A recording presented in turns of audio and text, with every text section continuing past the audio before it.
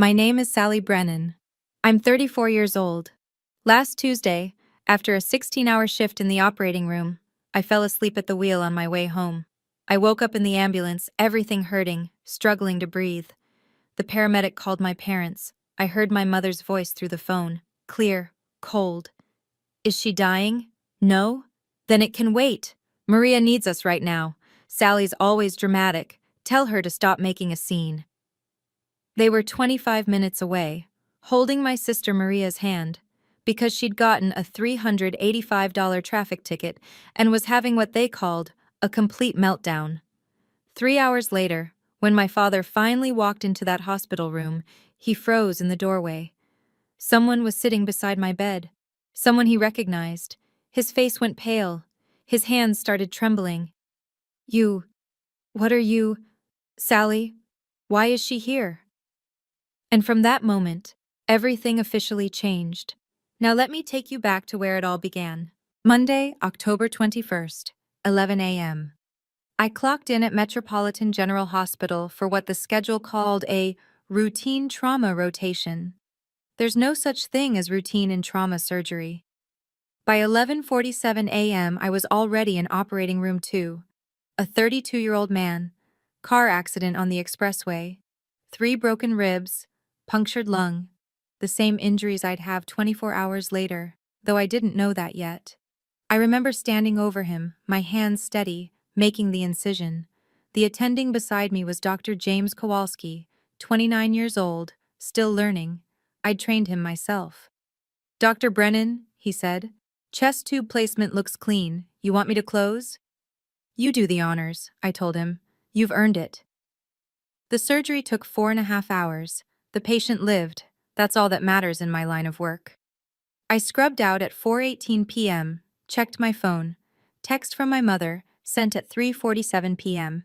Sally, we're taking Maria to that new Italian place tomorrow for lunch. Wish you weren't always so busy. I felt it then. A sharp pain behind my left eye. Brief, fleeting.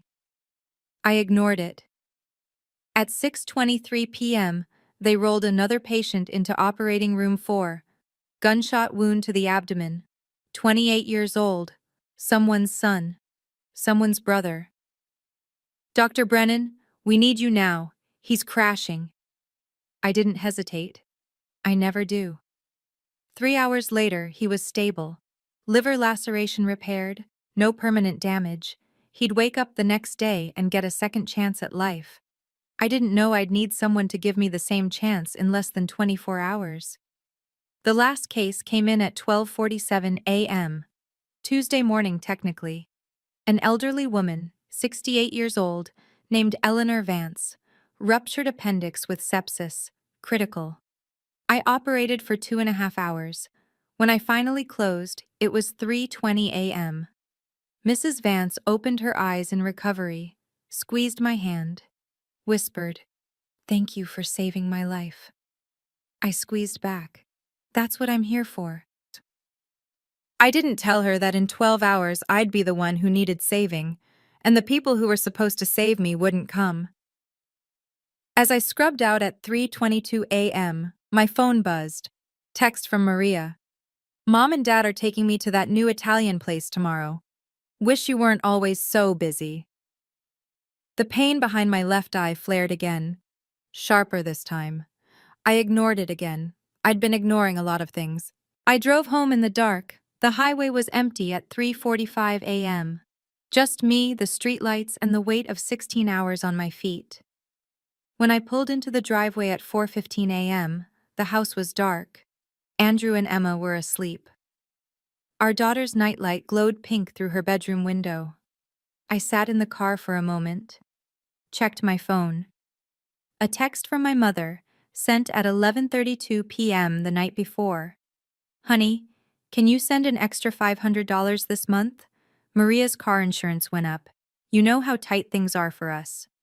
I opened my banking app, typed in $1,200, my monthly contribution to what my parents called the Family Emergency Fund.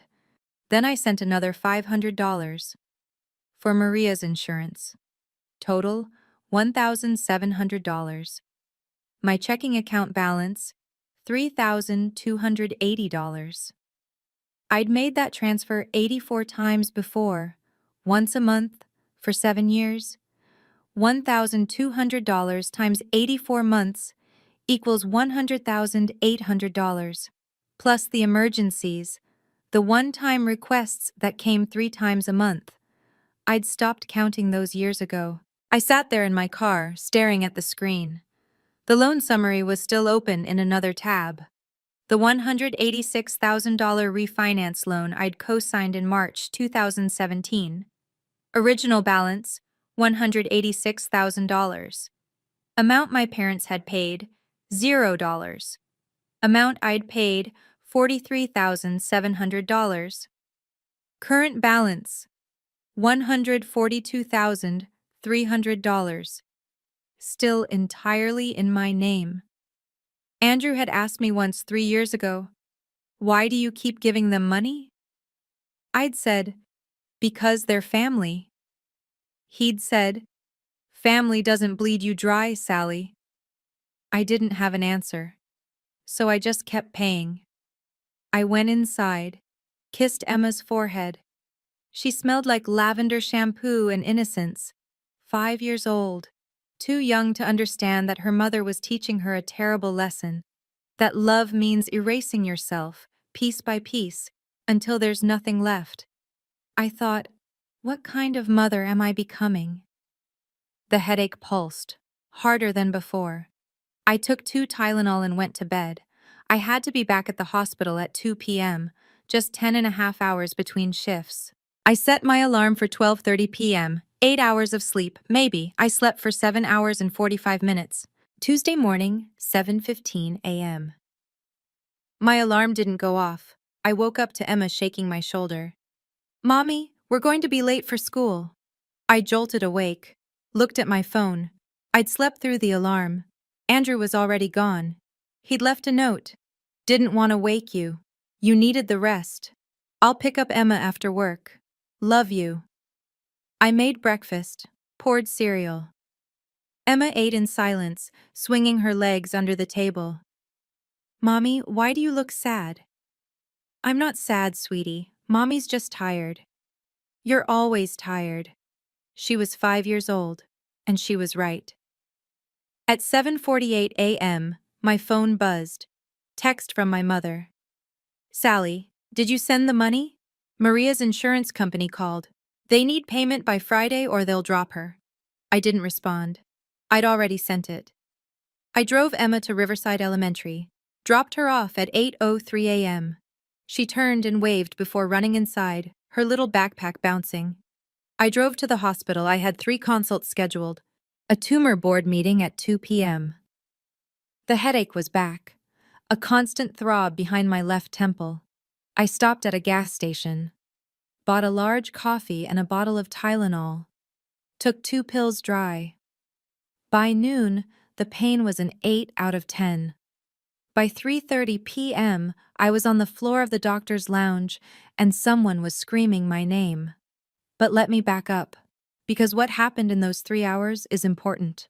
At 2 p.m., I walked into the tumor board meeting. 18 doctors. We were reviewing surgical cases. I presented a complex case, a pancreatic tumor, high-risk patient. Halfway through my presentation, the room started spinning. I gripped the edge of the table, kept talking, finished the slide. "Dr. Brennan," someone said, "are you okay?" "Fine," I said, "just tired." At 3:15 p.m., I excused myself, told them I needed to review some labs, walked to the doctor's lounge. The pain was blinding now, a railroad spike through my skull. I thought I should call someone. But who? Andrew was at work. My parents were... Well, they were my parents. I sat down on the couch, just for a minute, just to close my eyes. The next thing I remember is Dr. Kowalski's face above mine, his voice distant, panicked. "Sally! Sally, can you hear me?" I tried to answer. My mouth wouldn't work. And then there was nothing but the sound of sirens and the taste of blood. I woke up in the ambulance. Everything hurt. Not the sharp, specific pain of a broken bone, the deep, wrong pain of something torn inside. I tried to breathe. My chest wouldn't expand, like someone was sitting on my ribs. A paramedic leaned over me. Young guy, maybe 25. His name tag said Morgan. Dr. Brennan, can you hear me? You were in an accident. We're taking you to Metropolitan General. Accident. The word floated in my head. I didn't remember an accident. What? My voice came out as a rasp. You were driving on Highway 290. Your car hit a telephone pole. Do you remember? I didn't. The last thing I remembered was sitting on the couch in the doctor's lounge. Then I realized I'd fallen asleep. Not on the couch, at the wheel. Time? I whispered. It's 3:52 p.m. 3:52 p.m. I'd left the hospital at when? 3:30? The drive home was 45 minutes. I'd made it 14 minutes before my body gave out. Morgan was doing something to my chest, pressing. It hurt. Everything hurt. You've got some broken ribs, Dr. Brennan. Possible pneumothorax. We're going to decompress on scene, okay? I nodded, felt the needle go in, felt air rush out of my chest cavity, felt the pressure ease, just slightly. Better? Yeah. Good. Now I need to call someone for you. Who's your emergency contact? I gave him my parents' number, Ronald and Patricia Brennan. It was habit, muscle memory. They were my parents. Of course they were my emergency contact. Morgan dialed, put the phone on speaker so I could hear. It rang. Once, twice, 3 times. Then my mother's voice, clear as crystal. Hello? Mrs. Brennan? This is paramedic Morgan with Chicago Fire Department. I'm with your daughter Sally. She's been in a car accident and… Is she dying? The question hung in the air. Blunt. Clinical. Ma'am, she has significant injuries and needs immediate… Is she dying? Yes or no? Morgan looked at me. I could see the confusion in his eyes. No, ma'am, but she's in serious condition. Then it can wait. Maria needs us right now. Sally's always dramatic.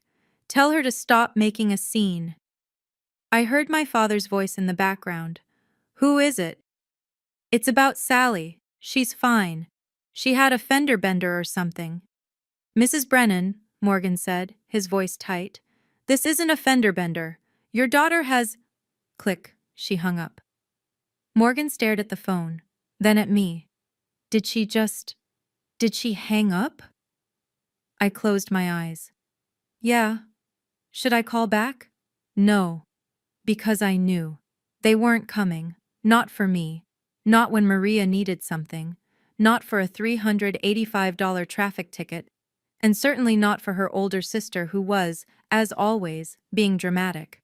They loaded me into the ambulance at 4:02 p.m. The drive to Metropolitan General took 16 minutes. During those 16 minutes, Morgan tried calling my parents 2 more times. Voicemail. Both times. At 4:18 p.m., we arrived at the ER. They wheeled me into Bay 3. Dr. James Kowalski was waiting. The same resident I'd trained. The same kid I'd let close on the chest tube just yesterday. Now he was looking at my CT scan. Sally, he said quietly, you've got 3 fractured ribs, hemothorax, about 800 milliliters of blood in your chest cavity, and your spleen is lacerated. Grade 3. I knew what that meant. I'd treated dozens of patients with the same injuries. It meant surgery. Soon. How long do I have? An hour, maybe 2 before it becomes critical. We need to get you to OR. Call Andrew. Already did. He's on his way. Sally, we need your parents to sign consent forms. Hospital policy for non-life-threatening emergencies. Do you want me to call them again? Non-life-threatening. That's what my mother had asked. Is she dying? No? Then it can wait. Yeah, I said. Call them. James stepped out. I heard him on the phone. Mrs. Brennan, this is Dr. James Kowalski at Metropolitan General Hospital. Sally was in a serious car accident. She has internal bleeding and needs emergency surgery within the hour. Pause. Yes, ma'am. She's conscious. But she has significant injuries. Pause. I understand you're dealing with something, but this is time sensitive. We need family consent to proceed with. Pause. Longer this time. Mrs. Brennan, with all due respect, a traffic ticket? I couldn't hear what my mother said, but I could see James's face, the disbelief, the anger. I see. So you'll come when you're done there. He hung up, came back into the bay. Sally, I'm so sorry. I don't understand. Don't, I said. Just don't. Over the next 90 minutes, my family made a choice. They chose Maria's $385 traffic ticket over my bleeding spleen. The hospital made 10 phone calls. 4:18 p.m. Nurse Fletcher called Ronald. No answer. 4:35 p.m. Dr. Kowalski called Patricia. She answered. Said they'd come when they could. 4:52 p.m. Andrew called Ronald. Voicemail. 5:03 p.m. Andrew called Patricia. She answered. Told him they were handling Maria's crisis and would be there soon. 5:10 p.m. Dr. Kowalski called Patricia again. Voicemail. 5:25 p.m. Nurse Fletcher called Ronald. No answer. 5:40 p.m. Andrew called Ronald. No answer. 5:55 p.m. Hospital administrator called Patricia. She answered, said, "We're on our way." They weren't. 6:10 p.m. Andrew called Ronald. Answered. Ronald said, "We're leaving now." They'd said that 40 minutes ago. 6:25 p.m. Dr. Kowalski called Patricia one final time. Voicemail. 10 calls, 90 minutes. They were at Cafe Rossi, 1840 West Division Street, 25 minutes from the hospital. They stayed there for 2 hours and 15 minutes.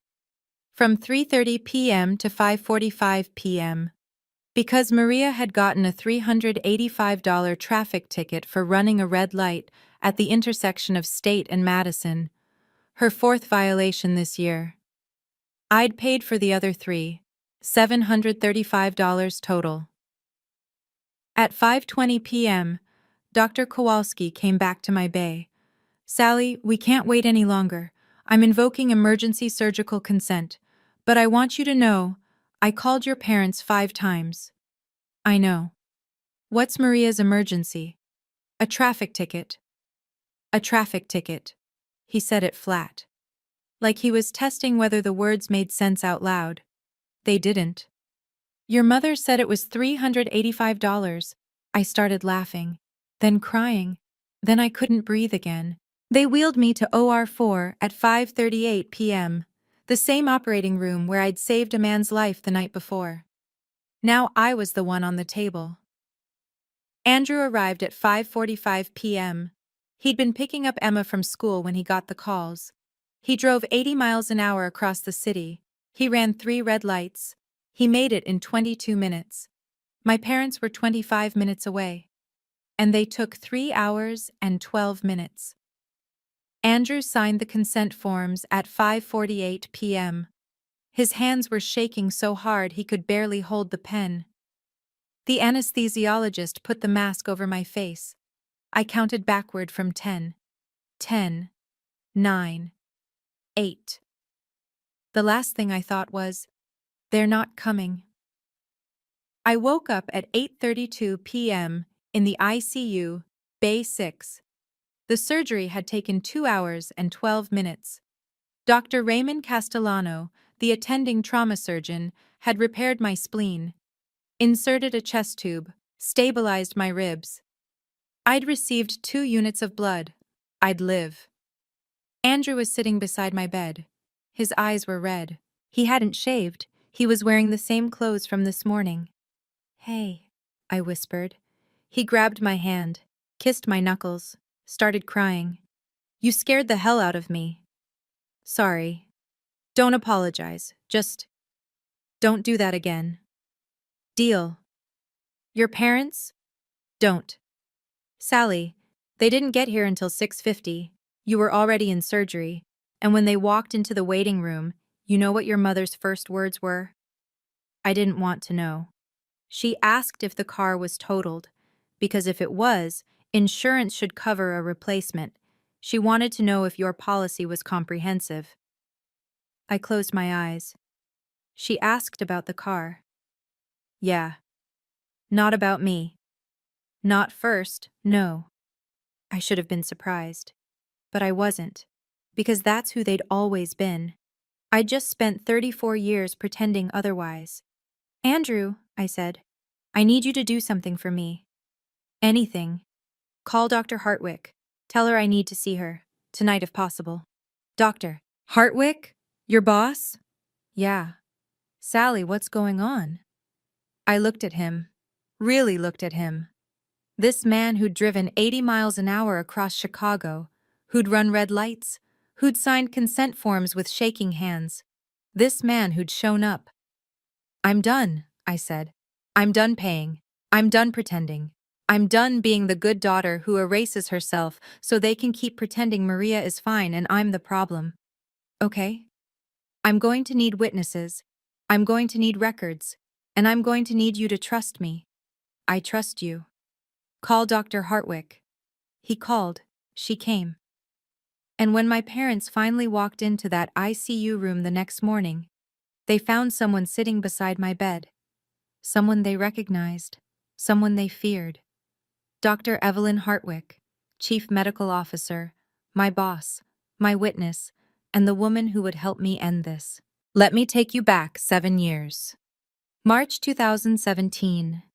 I was 27 years old. I'd just finished my residency at Metropolitan General. I'd accepted a position as an attending trauma surgeon. My starting salary was $68,000 a year. I thought I was rich. My parents invited me to dinner. Sunday, March 18th, 2017, 6 p.m., their house on Maple Street. My father made pot roast. My mother set the table with the good china. Maria wasn't there. She was out with friends. That should have been my first clue. We ate, we talked. They asked about my new job. I told them about the hours, the patients, the cases. Then, over coffee, my father slid a folder across the table. Sally, he said, we need to talk about something. Inside the folder were loan documents, a mortgage refinance, $186,000. What's this? We're refinancing the house. Your mother's knee surgery last year cost more than we expected. We've got some credit card debt. We're struggling. I looked at the papers. The interest rate was high, 7.2%. Dad, this rate is terrible. We don't have perfect credit, Sally. You know that. But you do. I looked up. Me? We need a co-signer. Someone with good credit to help us get approved. It's just a formality. We'll make all the payments. But the bank won't approve us without a co-signer. My mother reached across the table, took my hand. Sally, honey, we wouldn't ask if we weren't desperate. This is just temporary. 6 months, maybe a year. Then we'll refinance again in our own names. But right now, we need you. I was 27. I'd just finished 7 years of medical school and residency. I was tired. I wanted to help. What's the monthly payment? $1,156. And you can afford that? Absolutely. Your father's pension and my part-time job will cover it. We just need you to co-sign. I should have asked more questions. I should have demanded to see their bank statements. I should have insisted on a contract, a payment plan, something in writing. But I didn't. Because they were my parents. And parents don't lie to their children. Except mine did. I signed on line 23, right next to my father's signature. Thank you, honey, my mother said. You have no idea what this means to us. It's temporary, my father said. We'll pay it off in 5 years maximum. Temporary. 7 years later, they still hadn't paid a single dollar. Within 6 months, I got the first email from the bank. Payment overdue. I called my father. Dad, the bank says the mortgage payment is late. Oh, he said. We thought you were handling it this month. What? No, you said you'd make the payments. We've been covering it, Sally, but things are tight. Can you help us out just this once? Just this once. I paid $1,156. The next month, another email. Payment overdue. Dad, Sally, I'm sorry. We had some unexpected expenses. Maria needed help with her rent. Can you cover it one more time? One more time became every time. By month 12, I was paying the entire mortgage, $1,156 a month, plus my own rent, plus my student loans. I was drowning, but I kept paying, because that's what good daughters do. It wasn't just the money. It was everything. June 8th, 2013. My medical school graduation. University of Illinois College of Medicine. I'd worked 7 years for this moment. I sent my parents an invitation. They RSVP'd yes. The ceremony was at 2 p.m. I sat in the front row with my classmates. Kept looking back at the audience. Looking for them. They never came. At 6:30 p.m., after the ceremony, I called my mother. Where were you? Oh, honey, we're so sorry. Maria's Etsy shop launched today. She needed help setting up her inventory. We couldn't leave her. Maria's Etsy shop. Handmade jewelry. My parents had invested $3,500 in supplies. The shop closed 3 weeks later. Total revenue, $0. They'd chosen Maria's failed business over my graduation. April 12th, 2019. Emma was born, 7 pounds, 3 ounces. Perfect. My parents came to the hospital. They stayed 20 minutes. 3 p.m. to 3:20 p.m. They left because Maria needed a new outfit for a job interview. Maria didn't get the job. She didn't even go to the interview. September 15th, 2022. I was promoted to lead trauma surgeon, the youngest in the hospital's history. I planned a celebration dinner at Gibson's Steakhouse, invited 12 people. My parents RSVP'd yes. The dinner cost $890. I paid. They didn't show. I called my mother at 7:45 p.m. Where are you? Oh, Sally, we can't make it. Maria's having a panic attack about her performance review tomorrow. We need to be here for her. Maria got fired 2 days later. For the third time that year. It was always Maria. Maria needed. Maria's crisis. Maria's emergency. And me? I was the strong one. The capable one. The one who didn't need anything. Except I needed them. I just didn't realize it until I was lying in an ICU bed with 3 broken ribs and a punctured lung, and they still chose Maria's traffic ticket over my life. I started keeping a journal in 2023, not because I wanted to, because my therapist said I was experiencing gaslighting and needed to ground myself in facts. Page 1, Entry 1. They love Maria more. I need to accept this. But why do I have to pay for their love of her? I didn't know then that they weren't just taking my money, they were taking my reputation. Thanksgiving 2023, November 23rd, my parents' house, 18 family members. I was in the kitchen helping my Aunt Carol with dishes. My cousin Jennifer, 32, pulled me aside. Sally, I'm so proud of you. When do you finish your nursing degree? I stared at her. My what? Your nursing degree. Aunt Patty said you're working toward your RN. That's amazing. Jen, I'm not a nurse. I'm a surgeon. I've been an attending for 6 years. Her face went white. What? But Aunt Patty said... What exactly did she say? Jennifer pulled out her phone, showed me my mother's Facebook page, post after post, lies. March 14th, 2024. So proud of our Maria. Final year of her healthcare administration master's at Northwestern. Maria had never attended Northwestern. She'd dropped out of community college in 2016.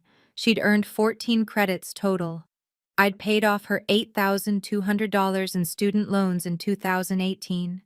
July 22, 2024. Maria volunteering at Children's Hospital today, following in the family medical tradition. Maria had never volunteered. She couldn't handle the sight of blood. There was no family medical tradition. I was the only medical professional in our family. October 20th, 2024, 2 days before my accident. Prayers for our family. Sally is going through a difficult time with work stress. Maria has been so supportive, really stepping up. I wasn't going through a difficult time. I just worked a 16-hour shift saving 3 lives. Maria's idea of stepping up was asking for $500 for car insurance. I scrolled through 27 posts over 18 months, 14 major lies. My mother had created an entire fictional life for Maria. Graduate school, volunteering, career success. And for me, I was demoted. Nurse instead of surgeon. Stressed instead of accomplished. Disconnected from family instead of the person funding their entire lifestyle. They were ashamed of me. Not because I'd failed, because I'd succeeded without needing them, and they couldn't allow that narrative to exist. June 14th, 2024. 4 months before my accident, I received a letter. Illinois Medical Society. I'd been nominated for the Outstanding Young Surgeon Award, under 40 category, prestigious. The ceremony was June 14th, 2 p.m., Palmer House Hotel Grand Ballroom. I called my parents, told them, invited them, 6 weeks' notice. Of course we'll be there, my mother said. We wouldn't miss it for the world.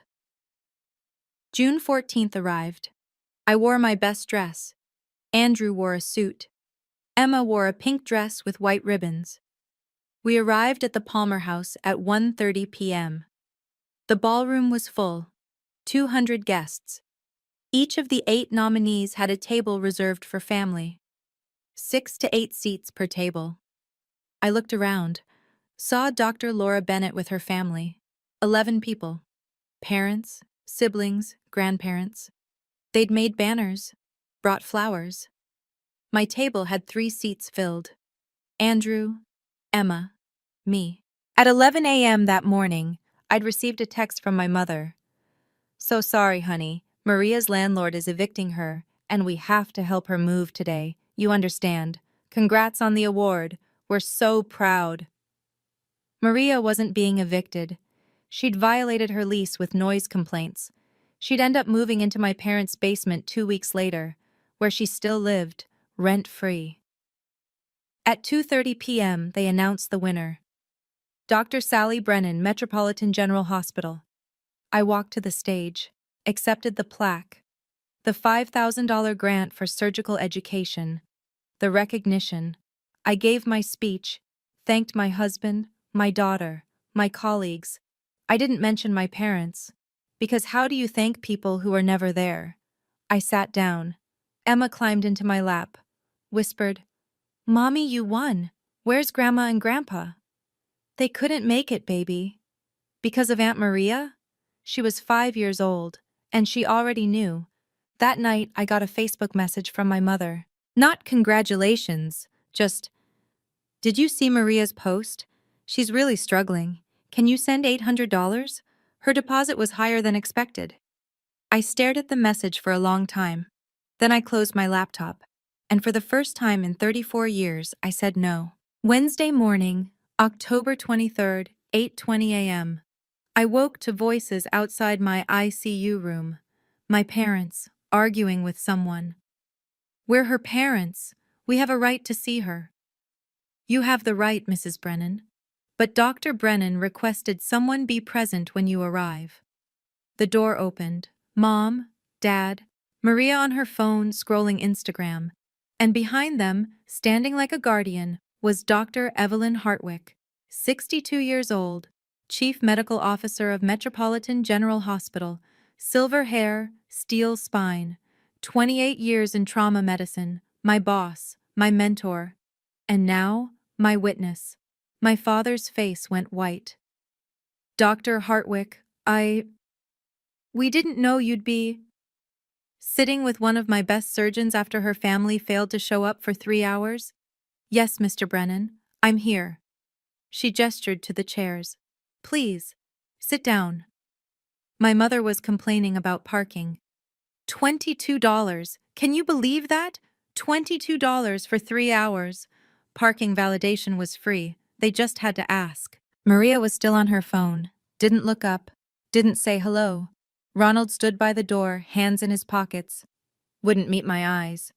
Dr. Hartwick sat in the chair beside my bed, crossed her legs, folded her hands. Shall we begin? My mother pulled out her purse, started rummaging, pulled out a checkbook. Sally, honey, thank God you're awake. You really scared us. She was writing something. I couldn't see what.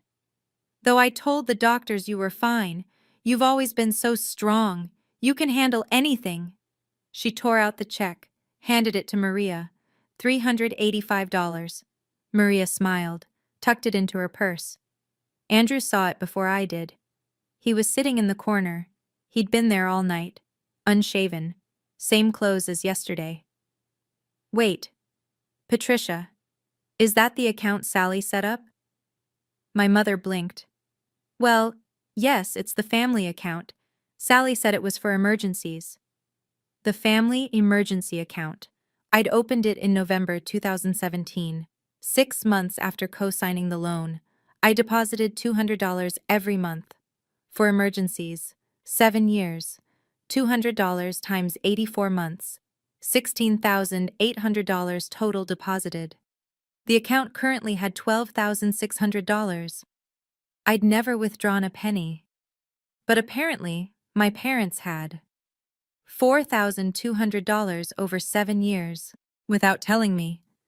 And now my mother was writing checks from it. Andrew, my mother said, you're being dramatic. The doctors handled Sally's situation. Maria's ticket is a real problem. If she loses her license, how will she get to job interviews? I whispered. She doesn't go to job interviews. My mother frowned. What? Maria doesn't go to job interviews.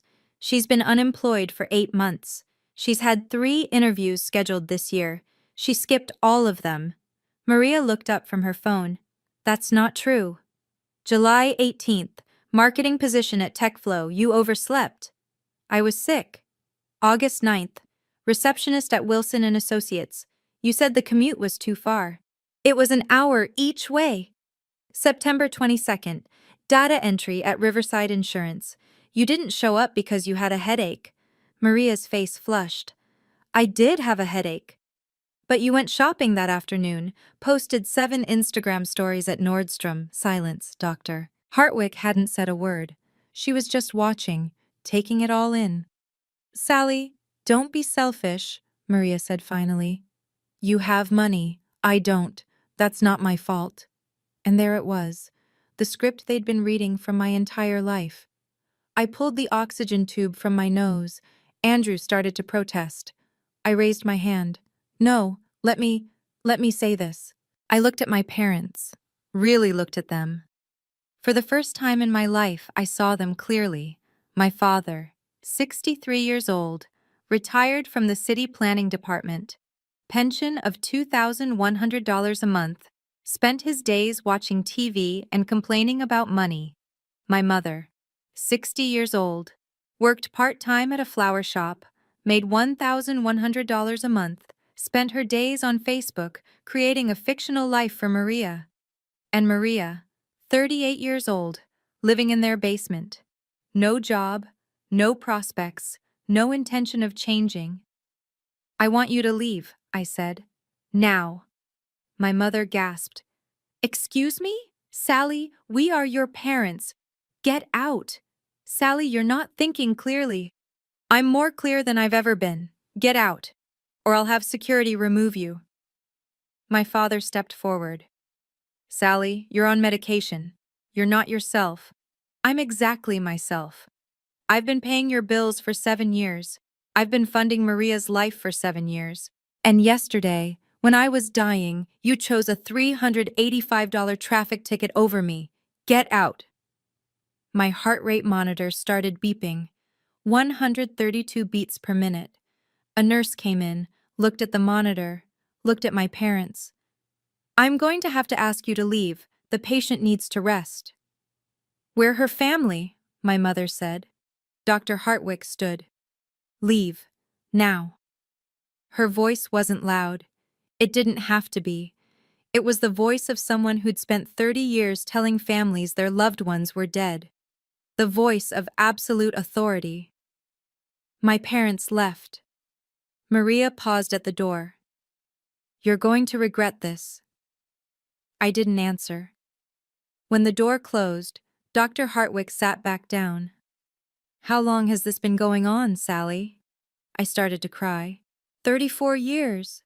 Friday, October 25th, 3 days after the accident. I was still in the ICU. There was a knock on the door. 2:15 p.m. A woman I didn't recognize, late 50s, gray hair, gentle eyes. She wore a clerical collar. "Dr. Brennan? I'm Reverend Grace Donovan, from St. Catherine's Parish." St. Catherine's, my parents' church. They'd attended for 26 years. "I hope you don't mind the visit. I saw your name on the hospital directory. I didn't realize you were a surgeon. Your mother said—" She trailed off, looked uncomfortable. "What did my mother say?" "That you were a nurse, having gallbladder surgery, routine." Of course she did. "I'm a trauma surgeon," I said, "and I was in a car accident. 3 broken ribs, punctured lung, lacerated spleen. I nearly died." Reverend Donovan sat down. "Oh my God." "And my mother told the church to pray for Maria, not me." "Yes. She said Maria was devastated by her sister's selfishness in getting sick during Maria's difficult time." I laughed. It hurt. "What's Maria's difficult time?" "A traffic ticket, I believe." $385. She ran a red light." Reverend Donovan closed her eyes. "I'm so sorry, Sally." "Don't be. You didn't know." "I should have. We're supposed to see people. Really see them." She pulled out her phone. "Sally, I need to show you something.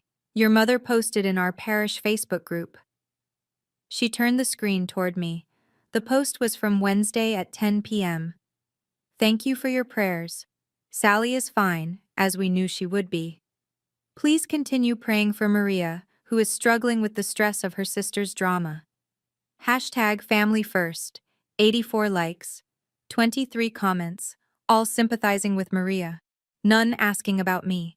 Because they didn't know I'd almost died. They thought I'd had gallbladder surgery. And Maria was the victim of my drama." Reverend Donovan scrolled through more posts. Months of posts.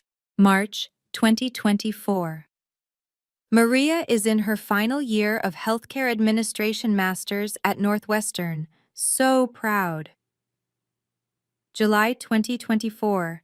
Maria volunteering at Children's Hospital, following in the family medical tradition. October 20th, 2024. Prayers for our family. Sally is going through a difficult time with work stress. Maria has been so supportive, really stepping up. I scrolled through. 27 posts over 18 months, 14 major lies. My hands were shaking. This is all fake. Maria isn't in grad school. She's never been to Northwestern. She doesn't volunteer. She lives in my parents' basement and hasn't had a job in 8 months. Reverend Donovan's face went pale.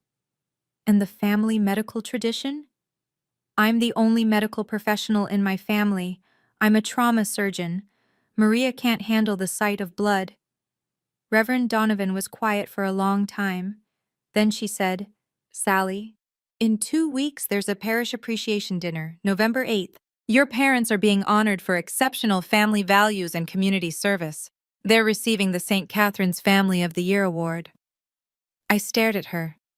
"And I need to know," she said quietly. "Is any of what they've told us true?" Andrew came that evening, 6 p.m. He brought Emma with him. She climbed carefully onto my bed, handed me a drawing, a picture of me with bandages, hearts all around. Mommy, I drawed you all better. It's beautiful, baby. When can you come home? Soon, maybe Monday. She hugged me gently. Then Andrew took her to the cafeteria for ice cream. When they left, I called Dr. Hartwick. Sally? I need a favor. Anything. The hospital gala is November 30th, 4 weeks from now. Yes, you're being honored, youngest lead trauma surgeon in the hospital's history. I want to tell my story. At the gala, in front of everyone. Silence. Sally, are you sure?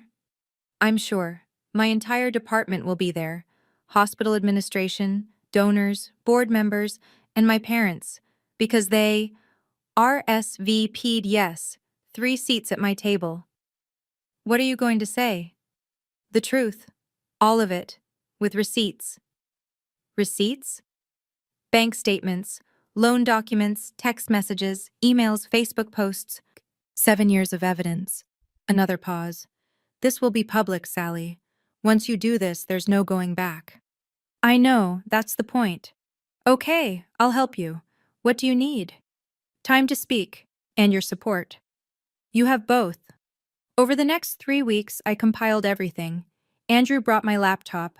I logged into my bank accounts, downloaded 7 years of statements. $1,200 per month. 84 months. $100,800. The emergency transfers. $12,400. The joint family account. $12,600 remaining. $4,200 withdrawn by my parents without my knowledge.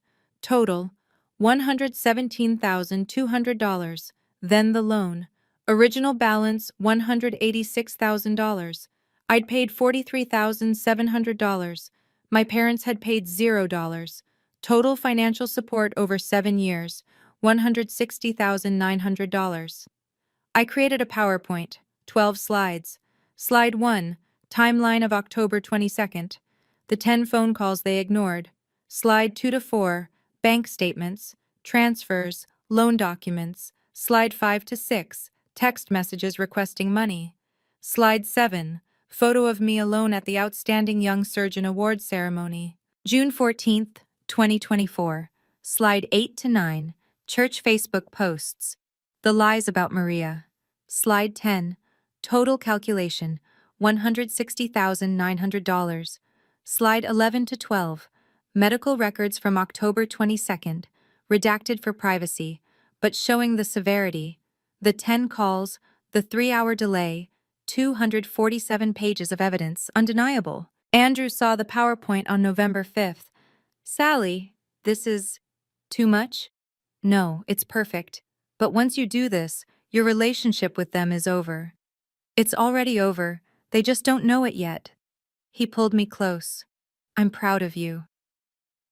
On November 8th, my parents received the St. Catherine's Family of the Year Award at the Parish Appreciation Dinner. They stood in front of 150 people, accepted a plaque, made a speech about family values, and supporting each other through difficult times. Reverend Donovan told me later that she couldn't present the award without feeling sick, but she didn't say anything. Not yet, because she'd promised me she'd wait until after the gala. On November 15th, my mother texted, Sally, just confirming, you're covering our table at the gala, right? Also, Maria needs $200 for a dress. The event is black tie, and she has nothing appropriate. Can you Venmo by tomorrow? I screenshotted the text, added it to the folder, 248 pages. I didn't respond. On November 28th, my father called. I didn't answer. He left a voicemail. Sally, we haven't heard from you in weeks. We're worried. Call us back. Also, we need to know where we're sitting at the gala. Are we at your table? Love you. I saved the voicemail, added it to the folder. 249 pages. On November 29th, the day before the gala, I met with Dr. Hartwick at the hospital. Are you ready? I'm ready. Last chance to back out. I'm not backing out. Good, because I think this is important. Not just for you. For every person who's been financially and emotionally abused by their family. That night, I didn't sleep. I practiced my speech. Over and over. 8 minutes, 850 words. I practiced until my voice was steady. Until I could say the numbers without crying. Until I could look at my parents' faces in my mind and feel nothing. No anger, no grief, no hope. Just clarity. Saturday, November 30th, 2024. 6 weeks after my accident. 4 weeks after I decided to stop pretending. I woke up at 8 a.m. Andrew was already awake. He'd been up since 6 o'clock making breakfast. Pancakes for Emma, coffee for me. Big day, he said. Big day. Emma bounced into the kitchen. Mommy, you're wearing a fancy dress tonight. I am. Can I come? You'll be backstage with Miss Jennifer. Our neighbor, a retired teacher. Emma loved her. Okay. Will Grandma and Grandpa be there? I exchanged a look with Andrew. Yes, baby. Good. Maybe they'll be nice to you this time. Out of the mouths of babes. At 4 p.m., I started getting ready. Black dress, simple, elegant, pearl earrings, red lipstick, the same shade I wore in the OR, for luck. Andrew helped me zip up the dress. How do you feel? I looked in the mirror. For the first time in 7 years, I looked like someone who knew her worth. Powerful. We left at 5:30 p.m. The Langham Hotel was 20 minutes away. The gala started at 6:30 p.m. We arrived at 6 p.m. The grand ballroom was stunning. Crystal chandeliers, white tablecloths, a string quartet playing in the corner, 220 guests, surgeons, administrators, donors, board members. My colleagues greeted me, hugged me, asked how I was feeling. Better? I said. Much better. At 6:20 p.m., my parents arrived. My mother wore a $380 dress. I'd Venmo'd her the money on November 25th. My father wore a suit I'd never seen before. Probably new. Maria wore a $200 dress. I'd Venmo'd her the money on November 28th. They waved at me from across the room. Smiled. Like nothing was wrong. Like they hadn't ignored 10 phone calls while I was dying. Like they hadn't spent 7 years taking my money and slandering my reputation. They walked over. My mother air-kissed me. Sally, you look thin. Are you eating? Brain surgery is so stressful. It wasn't brain surgery, Mom. I was in a car accident. Right. Well, you look wonderful. Where's our table? Table 8, right near the front. Perfect. We want good photos. They walked away. Maria was already on Instagram, taking selfies. Dr. Hartwick appeared at my elbow. Ready? Ready. Remember, calm, clinical, like you're presenting a case study. I've been practicing. I know. You're going to do great. The lights dimmed. Dinner was served. I barely ate. My stomach was in knots. At 8 p.m., Dr. Hartwick stood, walked to the podium. Good evening, everyone. Tonight, I want to tell you about a surgeon. My mother leaned over. Sally, is she talking about you? I didn't answer. Dr. Hartwick continued. A trauma surgeon who saved 3 lives in 16 hours and then collapsed. My father shifted uncomfortably. And when she called for help, the people who were supposed to love her most didn't come. My mother whispered, Sally, what is this? I looked at her. This is the truth. Dr. Hartwick's voice was steady, clinical, like she was presenting a case study in a medical journal. 7 phone calls in 43 minutes. The patient's colleagues saved her life. Her blood family? They arrived 3 hours late, after the surgery was over. The ballroom was silent. 220 people. You could hear breathing. And the first thing they said was not, "Thank God you're alive." It was, "Can you write a check?" Gasps. Murmurs. My mother grabbed my wrist. Sally, stop this. I pulled away. Dr. Hartwick looked at me. Dr. Sally Brennan, would you please join me? I stood. My legs felt like water. Andrew squeezed my hand. You've got this. I walked to the stage. 18 steps. 12 seconds. The applause started. Colleagues, friends, people who knew my work. 35 seconds of standing ovation. I took the microphone, looked out at 220 faces, most of them supportive, some confused, and 3 faces at table 8, my parents, Maria, frozen. Hello, Mom, Dad? Maria, thanks for coming tonight. I'm glad you're here, because there are some things I need to say, and 220 witnesses seems about right. I clicked the remote. The first slide appeared on the screen behind me. October 22nd, 2024, timeline 3:42 p.m. Paramedic calls, Ronald. No answer. 3:46 p.m. Nurse calls Patricia. Declined. 3:51 p.m. Andrew calls Ronald. Voicemail. 3:55 p.m. Dr. Kowalski calls Ronald. No answer. 4:02 p.m. Andrew calls Patricia. We're busy. 4:18 p.m. Nurse calls Ronald. No answer. 4:35 p.m. Dr. Kowalski calls Patricia. We'll come when we can. 4:52 p.m. Andrew calls Ronald. Voicemail. 5:10 p.m. Dr. Kowalski calls Patricia. No answer. 6:25 p.m. Andrew calls Ronald. We're on our way. 6:50 p.m. Parents arrive.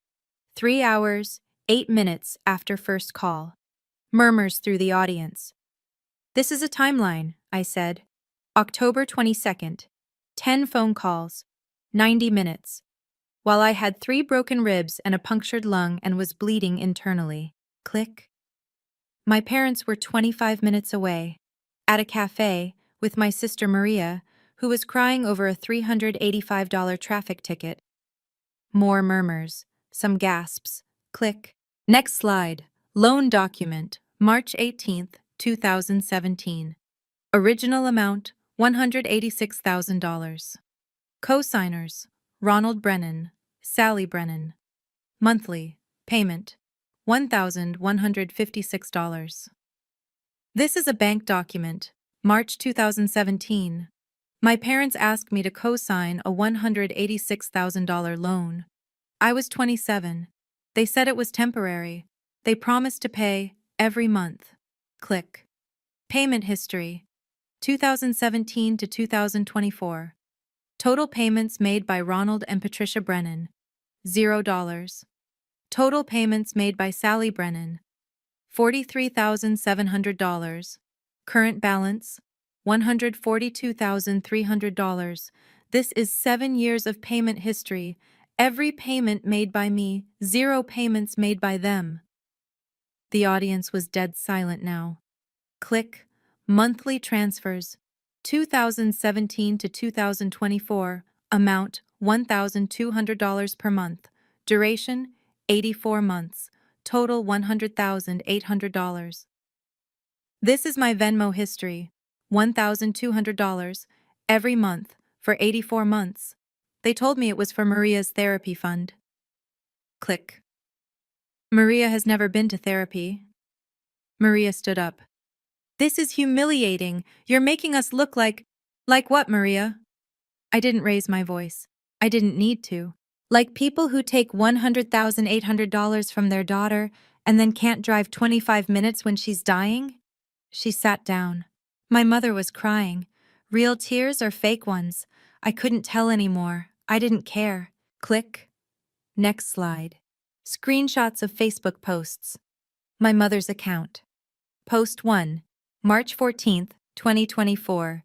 Maria is in her final year of Healthcare Administration Masters at Northwestern. So proud. 84 likes. 23 comments. This is a post from my mother's Facebook. March 2024. Congratulating Maria on her master's degree from Northwestern. Click. Maria has never attended Northwestern. She dropped out of community college in 2016. She's been unemployed for 8 months. She lives in my parents' basement. Gasps. Someone whispered, "Oh my God." Click. Next post. Post 2. July 22nd, 2024. Maria volunteering at Children's Hospital, following in the family medical tradition.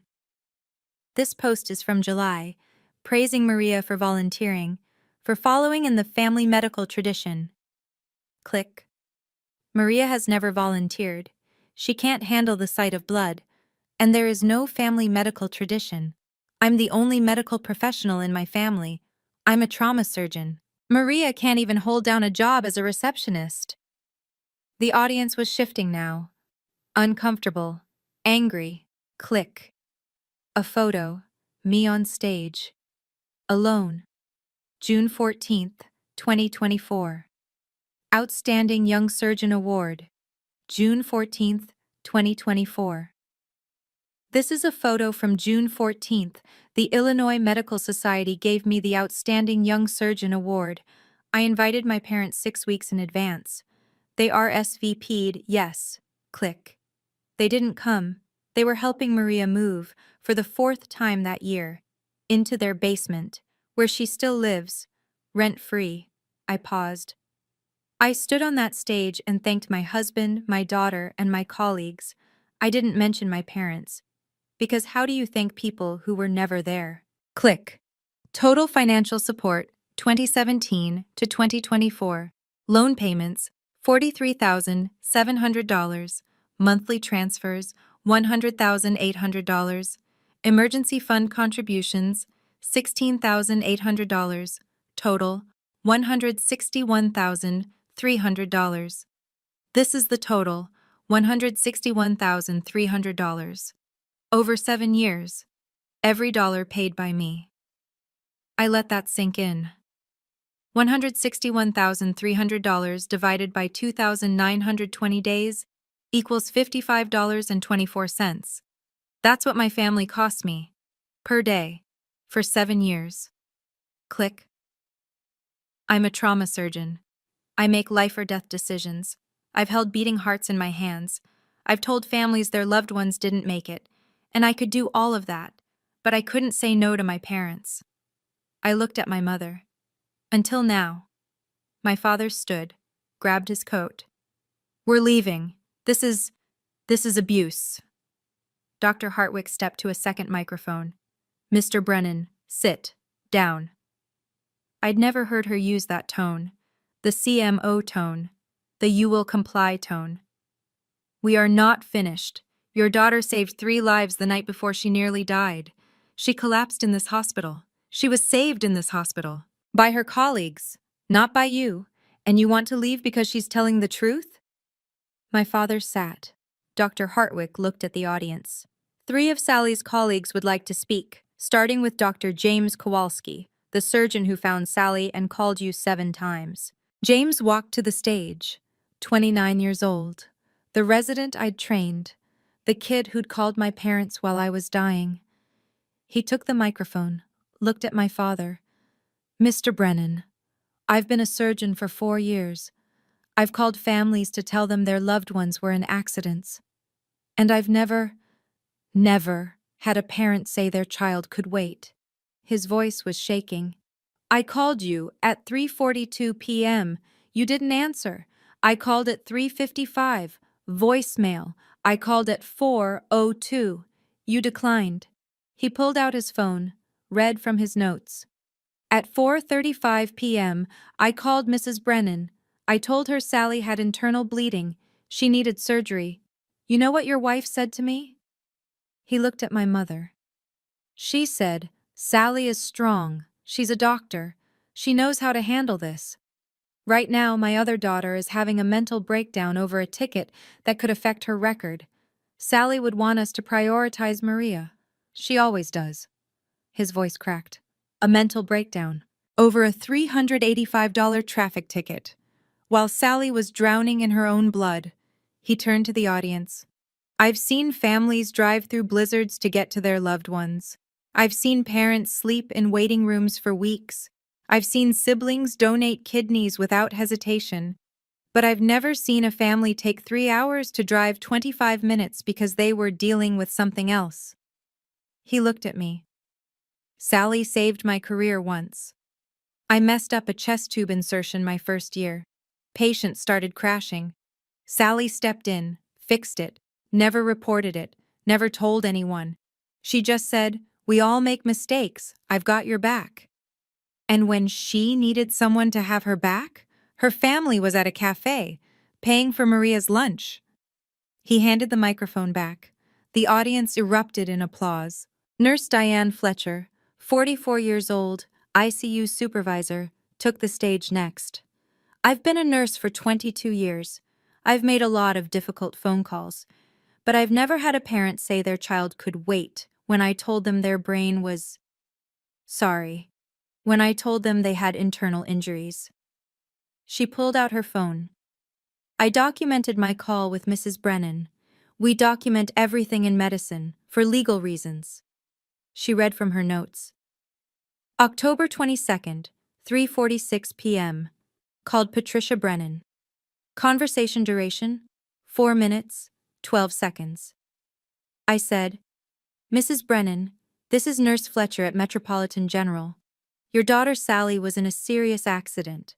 She has broken ribs, a punctured lung, and internal bleeding. She needs you here now." She looked at my mother. "You said, is she conscious?" I said, "She's in severe pain." You said, "Then she can handle it. My other daughter is having a crisis. Will come when we're done." "A crisis? A traffic ticket? While your daughter was bleeding out." She put her phone away. "I've seen families drive through blizzards, families who work 3 jobs and still drop everything, families who donate their last dollar, but I've never seen a family who couldn't be bothered to drive 25 minutes, until October 22nd. She stepped down. More applause, louder this time. Dr. Hartwick returned to the podium. "I want everyone in this room to understand something. Dr. Sally Brennan is not just a surgeon. She's one of the finest trauma surgeons in Illinois, in the Midwest, possibly in this country." She turned to me. 3 weeks before her accident, Sally worked a 22-hour shift because we had a mass casualty event, a bus accident, 12 critical patients. She saved 9 of them. She didn't complain. She didn't ask for extra pay. She just did her job, because that's who she is. She turned to my parents. "And you couldn't drive 25 minutes. She let that hang. "This hospital is Dr. Brennan's family. These people," she gestured to the room, "are her family. They showed up. They saved her. They've been supporting her recovery for 6 weeks. While her blood relatives asked for money." She paused. "So here's what we're going to do. We're establishing the Dr. Sally Brennan Surgical Education Fund. Starting balance, $25,000, donated by this hospital's foundation, to help train the next generation of surgeons who put patients first, family second, and themselves last." Standing ovation, 220 people on their feet, except 3. My parents sat frozen. Maria was on her phone. I returned to the microphone. I was crying, but my voice was steady. "I'm not doing this for revenge. I'm doing this because I have a daughter. Emma is 5 years old, and I need her to know. You don't owe people your life just because they're related to you." I looked at Emma backstage. She waved. "You owe them respect if they've earned it, love if it's mutual, and boundaries when they've crossed them." I turned to my parents. "Mom, Dad, Maria, I forgive you. Not because you've apologized, you haven't. Not because you've changed, you won't. I forgive you because I'm a doctor, and doctors heal, even when the wound is self-inflicted, even when the patient refuses treatment." I took a breath. But forgiveness doesn't mean reconciliation. It doesn't mean access. It doesn't mean I'll keep funding your lives while you diminish mine. I held up my phone. "As of tonight, the loan is your responsibility. The bank has removed me as co-signer. The monthly transfers stop. The emergency fund is closed, and this," I held up my phone, "is the last time you'll see my number call you. Unless you change, fundamentally, permanently, provably." I looked at Emma again. "I'm teaching my daughter something tonight. I'm teaching her that saving people is noble, but sacrificing yourself isn't. I'm teaching her that family is the people who show up, not the people who share your blood.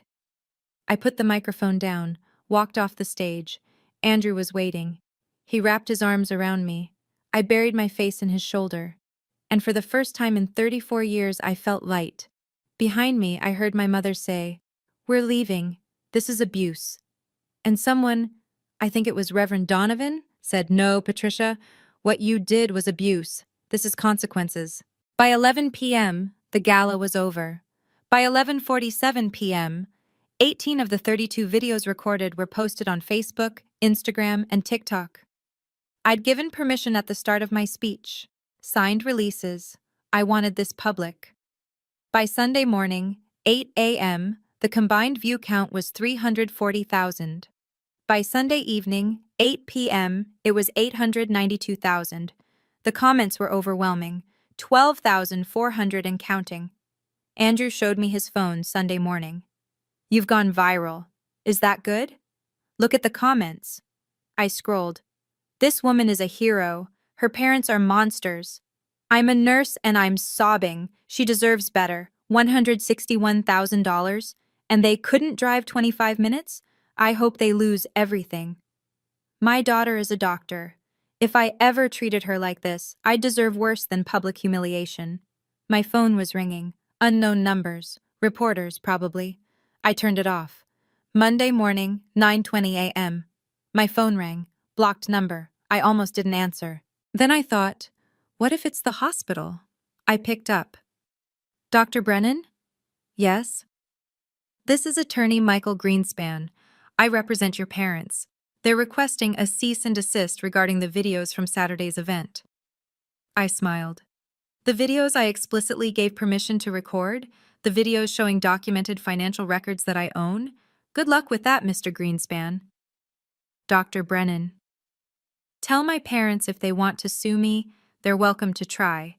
I have 249 pages of evidence, 7 years of bank statements, recorded phone calls, documented lies, and 220 witnesses. See you in court." I hung up. Andrew looked at me. That was hot. I laughed. For the first time in weeks, I actually laughed. Tuesday, December 3rd. My lawyer called. "Sally, good news. The bank agreed to remove you from the loan.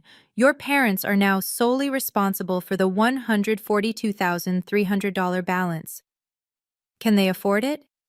"The monthly payment is $2,680. Based on their income, no." "What happens if they can't pay?" "They refinance. They sell the house. They downsize. They face consequences, like adults." I sat with that. "Sally, it's not your problem anymore." "I know.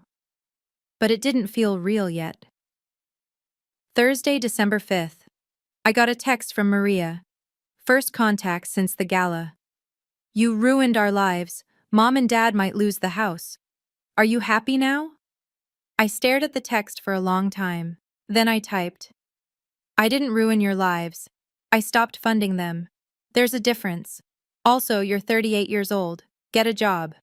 I hit send. Then I blocked her number. Andrew saw it. "Feel good?" "Yeah, actually it does." Friday, December 6th, 2 p.m. Reverend Donovan called. "Sally, I need to tell you something. The parish council reviewed the gala videos and your mother's Facebook posts. We're rescinding the Family of the Year award." "You don't have to do that." "Yes, we do. We gave them an award for family values while they were destroying their own daughter. We're also asking them to step down from their volunteer positions. Your father ran the parish finance committee. Your mother ran the family support ministry." The irony wasn't lost on me. 45 parish families have reached out to you, with apologies. I have their contact information if you want it. "Thank you, Reverend, but I don't need apologies from people who didn't know. They feel terrible. They shouldn't. My parents are very good liars." "Sally, the parish wants to honor you for your work, your sacrifice, your courage." "No," I said. "I don't need another award. I just need peace." She was quiet for a moment. "You're a remarkable woman, Sally Brennan." I'm just tired, Reverend. Really, really tired. Saturday morning, December 7th. Emma climbed into my lap. Mommy, are Grandma and Grandpa coming for Christmas? No, baby, not this year. Because they were mean to you? Kids see everything. Yes, because they were mean to me. Good, she said. Santa doesn't visit mean people. I laughed. You're right, sweetheart, he doesn't. January 15th, 2025. 6 weeks after the gala. I was back to full surgical schedule. My ribs had healed. The pain was gone. My savings account balance, $22,400. It had grown $14,200 in 6 weeks because I wasn't sending $1,200 every month, because I wasn't funding Maria's life. Andrew and I were planning a vacation. Hawaii, March 2025, 7 days, $5,800. The first real vacation we'd had in 8 years. Emma was thriving in kindergarten. Her teacher said she was more relaxed, happier. Kids feel everything. I was seeing a therapist twice a week, working through what she called parentification trauma. It would take time, but I was healing. Dr. Kowalski found me in the surgeon's lounge. How's it feel to be back full-time? Good, really good. You seem lighter. I am, literally. I'm $1,200 a month lighter. He laughed. You know what the residents are calling you? What? The surgeon who operated on her own family, without anesthesia. I smiled. That's pretty accurate. January 22nd. I was driving Emma to a birthday party. We passed my parents' old house on Maple Street. There was a for sale sign in the yard. Emma saw it. Is that Grandma's house? Yes, baby. Why is it for sale? Because they're moving to a smaller house. Because they don't have your money anymore? She was 5, and she understood. Yes, sweetheart, because they don't have my money anymore. Good, she said. Now you can buy me things. I laughed until I cried. The house was listed for $380,000. If they sold at asking price, they'd net about $237,700 after paying off the loan and closing costs. Enough to downsize, start over, without me. I didn't tell Andrew I'd seen it. That night, I logged into my bank account, $22,400. I opened a new savings account, named it Emma's College Fund. First deposit, $5,000. It felt like planting a tree. Late night, January 25th. I couldn't sleep. I opened my laptop, started typing.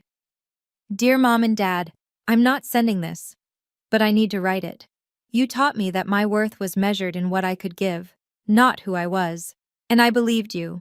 For 34 years, I believed you. But here's what you didn't teach me. You didn't teach me that I deserve to be loved without conditions. You didn't teach me that no is a complete sentence. You didn't teach me that my career wasn't a burden to you. It was a threat. Because I succeeded without needing you. And that's unforgivable in your world. I'm not angry anymore. I'm just done. Sally. 847 words. I cried 4 times while writing it. I edited it 12 times. I never sent it. The next day, I deleted the draft. Not out of fear, out of freedom. They didn't deserve my words anymore. Not even the unsent ones. January 22nd, 2025. Exactly 3 months after my accident. I walked into OR4, the same operating room where my life had been saved. Today, I was operating on a 28-year-old woman. Car accident, drunk driver hit her, fractured ribs, punctured lung. The same injuries I'd had. The surgery took 3 hours and 18 minutes. Successful. When I walked into the recovery room, her mother was there. The mother had driven 2 hours through a snowstorm. She'd been there before the ambulance arrived. She grabbed my hands, started crying. Thank you.